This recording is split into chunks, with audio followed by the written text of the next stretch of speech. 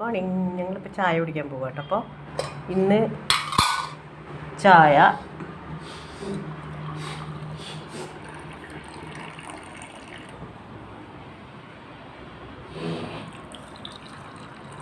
നിങ്ങൾ വിചാരിക്കും ഇതിലെന്താ സ്പൂൺ ഇട്ടിട്ടെന്നും കാണണേന്ന്. ഇതിൽ ഞാൻ പഞ്ചസാര ഇട്ടിട്ടുണ്ട്. ചേട്ടന് ഷുഗറുള്ള കാരണം പഞ്ചസാര പാടില്ല, അതുകൊണ്ടാണ്. ഇപ്പം നോർമലാണ്, എന്നാലും അങ്ങനെ കൊടുക്കുന്നില്ല. നല്ല സ്പോഞ്ച് മരത്ത് ഇഡ്ഡലി കണ്ടില്ലേ, ഇതാ അടിപൊളി ഇഡ്ഡലി കേട്ടോ. അപ്പം ഇഡ്ഡലി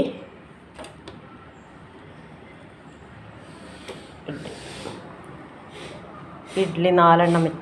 പിന്നെ ഞാൻ 4 കഴിക്കാറുള്ളൂ കേട്ടോ. ചേട്ടൻ ചിലപ്പോൾ ഒരെണ്ണം കൂടി എടുക്കും, ചിലപ്പോൾ ഞാൻ 3 കഴിക്കുള്ളൂ. അത് നമ്മുടെ വിശപ്പിൻ്റെ അനുസരിച്ചിട്ട് വേണം, സ്വാദിൻ്റെയും വിശപ്പിൻ്റെയും ഒക്കെ അനുസരിച്ചിട്ടാണ് കഴിക്കുന്നത്. അപ്പോൾ ചട്നിയിൽ ഞാൻ വെറുതെ തേങ്ങ മാത്രമേ അരച്ചുള്ളൂ. പച്ചമുളക് ലാസ്റ്റ് അരച്ചു. അപ്പോൾ അങ്ങനെയാണ് ചട്നി ഉണ്ടാക്കിയത്. പിന്നെ അത് കഴിഞ്ഞിട്ട് കടുക് വറുക്കാൻ ഉഴുന്ന് പരിപ്പ് ഇത്തിരി ഇട്ടു.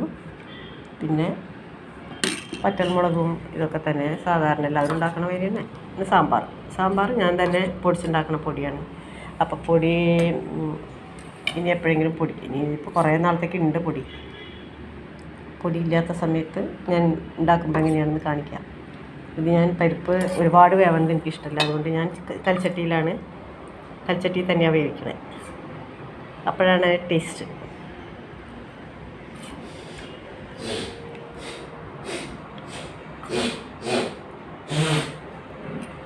അപ്പം ഇതാണ് ഞങ്ങളുടെ ഇന്നത്തെ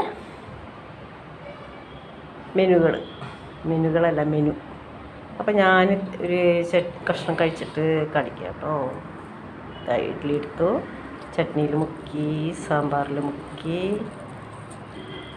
എന്നിട്ട് കഴിക്കട്ടെ.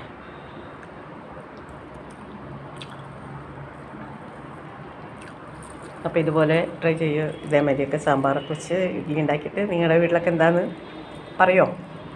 ഇഷ്ടമുണ്ടെങ്കിൽ പറയാം കേട്ടോ. Okay, thanks for watching.